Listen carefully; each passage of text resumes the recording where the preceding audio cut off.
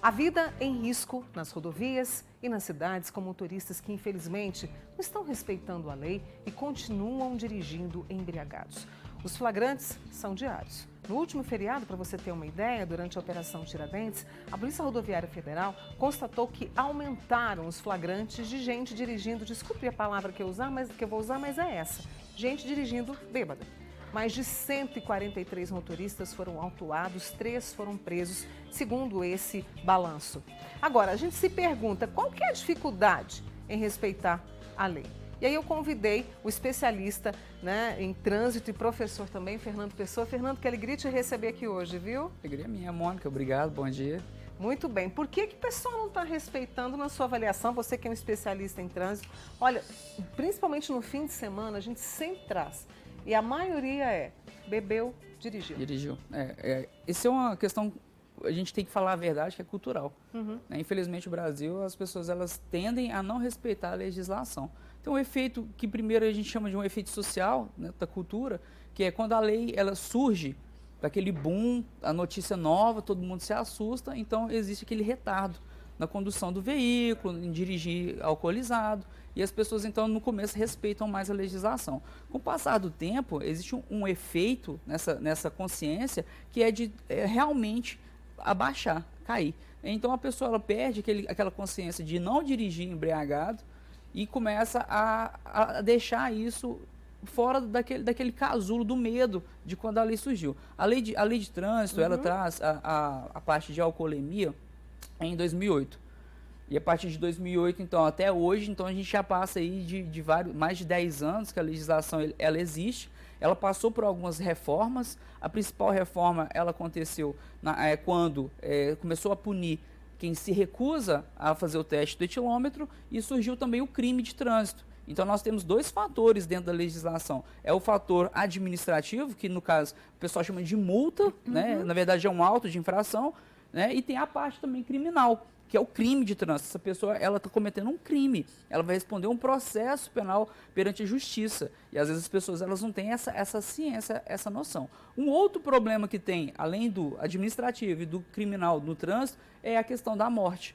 As pessoas elas creem que beber e dirigir não tem problema nenhum. Eu fico até mais esperto, eu fico mais atento, mas isso já é cientificamente provado que a sua percepção ela baixa demais, ela abaixa muito. O álcool, principalmente, ele abaixa os nossos sensores, Ele é uma droga que o sistema nervoso central tende a ficar deprimido. Então dá o sono. Então a pessoa normalmente ela sai de uma balada, ou então ela bebe a noite inteira, no outro dia de manhã ela pega o carro e vai conduzir o veículo automotor, mas ela está embriagada ainda. E isso gera um sono na pessoa. E quando ela vai para a rodovia, principalmente a rodovia, onde nós temos o tráfego de veículos de grande porte, a velocidade ela é muito maior do que dentro da área urbana, acontecem os acidentes. E normalmente, infelizmente, nós que trabalhamos com a legislação de trânsito todo santo dia, infelizmente, já é rotina nossa o óbito. E a gente tem exatamente isso, que é a segunda causa de morte no país, não é isso? Sim, o sim. trânsito, infelizmente, essa violência no trânsito. Sim. Primeiro, devido a essa falta de respeito, que eu falei para você no início da reportagem, ela é cultural. Infelizmente, é uma cultura do brasileiro não respeitar a legislação de trânsito, não só a questão de um cinto de segurança, mas a questão também da embriaguez, porque entra naquela cultura do mau hábito. E esse mau hábito, ele reflete no nosso trânsito. A criança sem a cadeirinha, a alta velocidade, a embriaguez, é um conjunto de fatores. E tem uma outra questão também, que normalmente a gente não vê ninguém falando, que é o uso de substância psicoativa que determina dependência. Fernando, o que é isso? São medicamentos e são drogas. Uma droga que ela é lícita, porém ela é medicada por algum tipo de médico, algum problema de saúde que a pessoa tem, ou então realmente é a droga ilícita. É a maconha, é a cocaína, que a pessoa utiliza para poder conduzir um veículo automotor. Nós tem um aumento também no número de casos de acidente com vítimas fatais, quando se fala de veículos de carga ou veículos de transporte de pessoas, ou seja, motoristas profissionais, que eles saem do café, que é uma droga que eleva o sistema nervoso central para a pessoa ficar um pouco mais atenta. Com o passar do tempo, esse café ele começa a perder um pouco do efeito no nosso corpo, ele passa para a anfetamina, famosa e conhecida como rebite. E depois, quando esse rebite ele entra nesse efeito placebo do café, a pessoa já não consegue mais sentir o efeito desse café, ela passa para a cocaína. Meu Deus. Sim, e isso é um fato que nós que trabalhamos com a legislação de trânsito, e estudamos a legislação de trânsito, isso é muito comum, porém isso não é reportado, isso não é falado, e é o mesmo efeito do álcool, ou até mesmo pior. O rebite ele tem um efeito, que é um efeito que a gente chama de efeito rebote. A pessoa vai usando.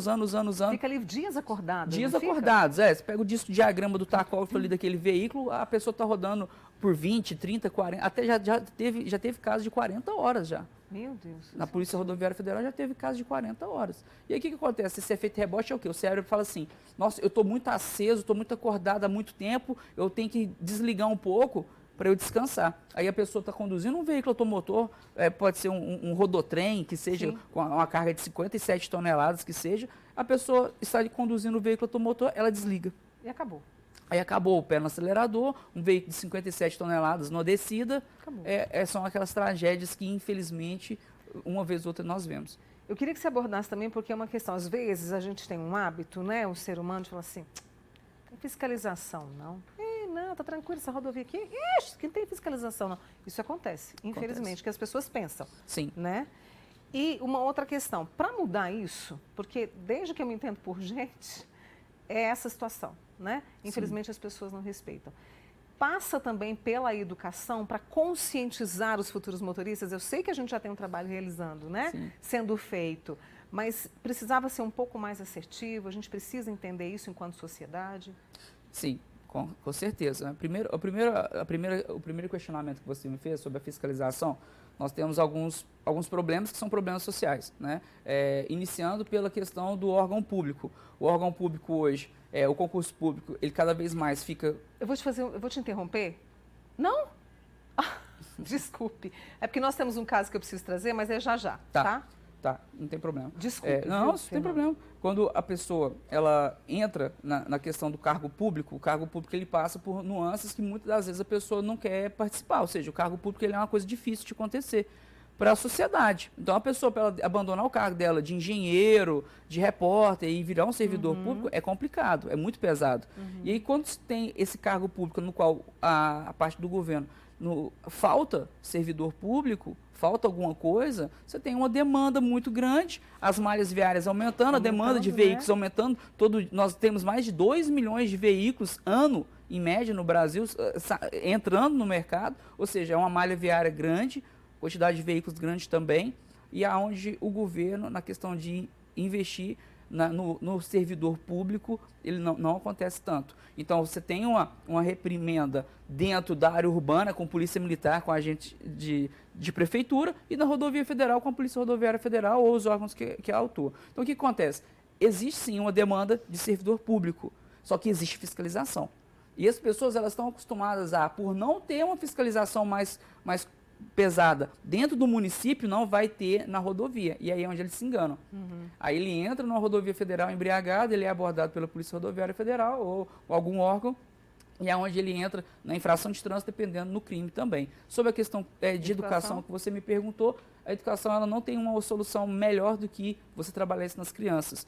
Na lei de trânsito, existe o trabalho do Código de Trânsito com as crianças, nas universidades, etc. Só que, infelizmente, a nível governamental, a nível de governo, a gente não tem esse trabalho efetivamente sendo feito, infelizmente. E precisamos, né, porque são vidas que estão sendo ceifadas aí nas rodovias e nas cidades. Fernando, eu quero muito te agradecer mais uma vez por ter atendido ao meu convite, por vir aqui e fazer esse alerta para que todos nós possamos pensar.